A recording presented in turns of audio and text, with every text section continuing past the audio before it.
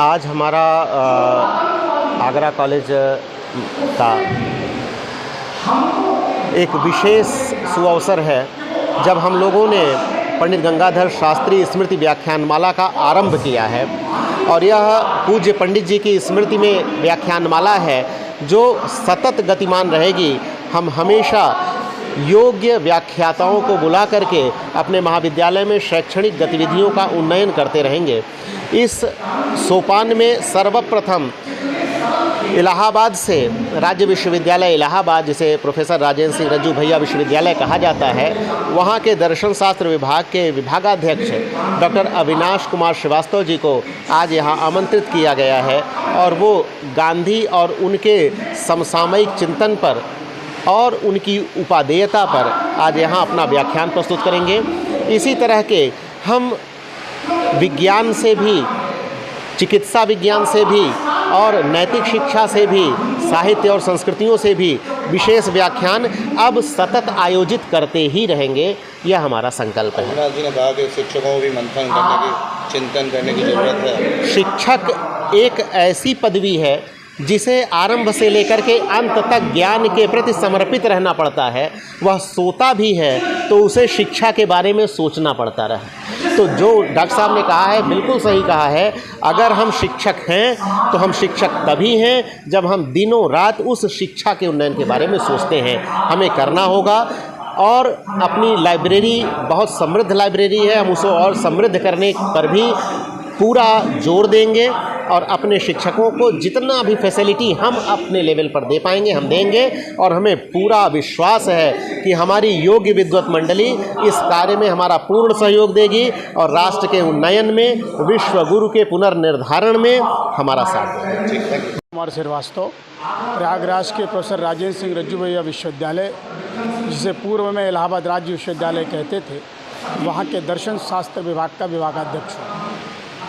किस तरह की एजुकेशन की ज़रूरत है युवाओं को आज, जिस तरह से आजकल के समय में युवाओं को उनके समग्र शैक्षणिक विकास के साथ उनके चारित्रिक विकास और उनको किसी एक स्वावलंबन तकनीक के आधार पर आधारित समृद्ध करने की ज़रूरत है।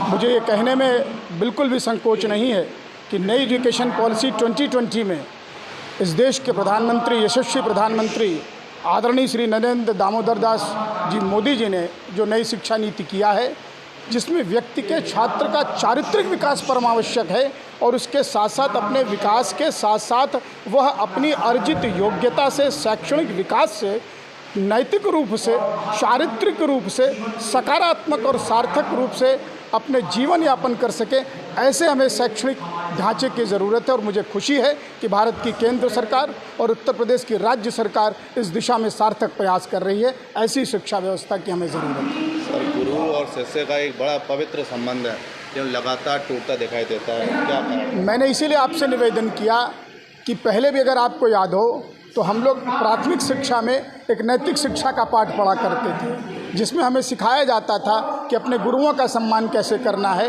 अपने बड़ों का सम्मान कैसे करना है, अपने सहपाठी छात्र छात्राओं का सम्मान कैसे करना है, अपने माता पिता का सम्मान कैसे करना है, अपने पृथ्वी, राष्ट्र और समाज का सम्मान कैसे करना है। तो देखिए, दो ध्रुवीय व्यवस्था है। शिक्षकों को आत्मचिंतन करना पड़ेगा, सरकारों को तंत्र उपस्थित करना पड़ेगा और स्वयं में हमें महात्मा गांधी के उस वाक्य का स्मरण करना पड़ेगा कि हम अगर नैतिक रूप से समृद्ध होंगे तभी हम कुछ सीख सकेंगे और तभी किसी दूसरे को कुछ सिखा पाने में सक्षम और समर्थ हो पाएंगे।